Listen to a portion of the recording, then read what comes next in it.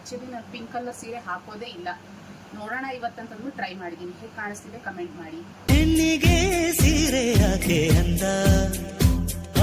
ಅಂದ ಚಂದ, ಅವಳ ಅಂದ ಒಳಗೆ ಅಡಗಿರೋದ್ರಿಂದ.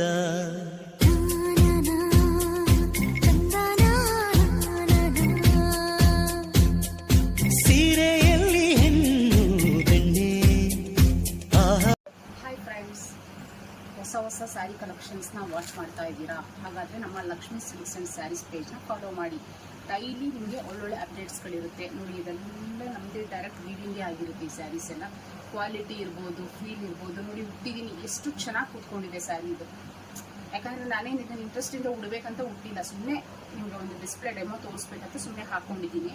ಎಷ್ಟು ನೀಟಾಗಿ ಕೂತ್ಕೊಂಡಿದೆ ನೋಡಿ. ಸ್ಯಾರಿ ಇರ್ಬೋದು, ಕ್ವಾಲಿಟಿ, ಕಲರ್ ಕಾಂಬಿನೇಷನ್ಸ್, ಡಿಸೈನ್ಸ್ ಒಂದಕ್ಕಿಂತ ಒಂದು ಸ್ಪೆಷಲ್ ಆಗಿ ಸಿಗುತ್ತೆ. ಆ್ಯಕ್ಚುಲಿ ನಾನು ಪಿಂಕ್ ಕಲರ್ ಸೀರೆ